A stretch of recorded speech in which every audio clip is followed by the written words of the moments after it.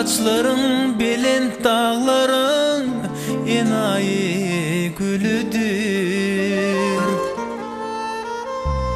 Senden perdenden bolsun esleyerin, gözleri senin dey baktın, görenleri hayran etsin bakışları. Ödesiz bolsun menin kimin, enayıca keşfetinin gibi.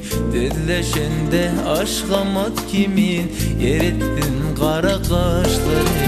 Senden perdenden bolsun esleyerin, gözler senin dey baktın, görenleri hayran ettin bakışları. Ödesiz bolsun menin kimin, enayıca keşfetinin gibi. Dedleşende aşkamat kimin, erittin kara kaşları.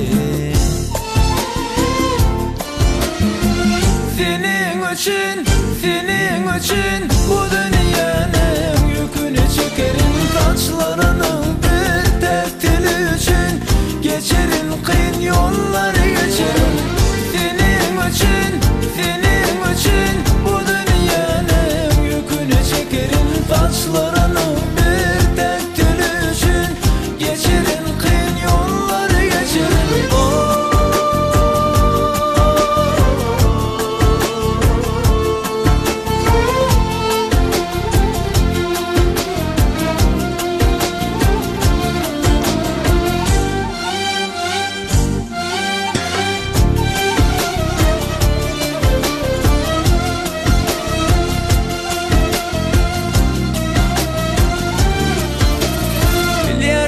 Sücü sözümsün menin, özgölerden koranımsın.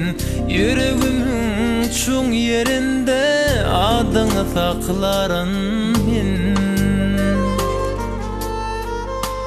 Senden perdenden bolsun esleyerin, gözleri senin dey baktın, görenleri hayran etsin bakışları. Ödesiz bolsun menin kimin, enayıca keşfetinin gibi. Dedleşende aşkamat kimin, erittin kara kaşları. Senden perdenden bolsun esleyerin, gözleri senin dey baktın, görenleri hayran ettin bakışları. Ödesiz bolsun menin kimin, enayıca keşfetinin gibi. Dedleşende aşkamat kimin, erittin kara kaşları.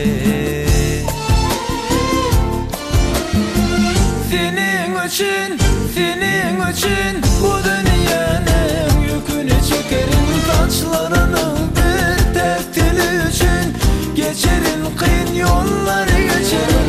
Senin için bu dünyanın yükünü çekerim, saçlarının bir tek teli için geçerim, kıyın yolları geçerim.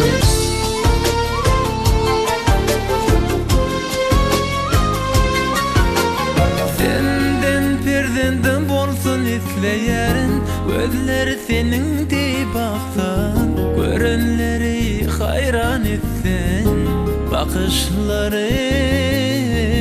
Ödesiz bolsun menin kimin, enayıca keşfetinin gibi. Dedleşende aşkımız kimin, eritsin kara kaşları.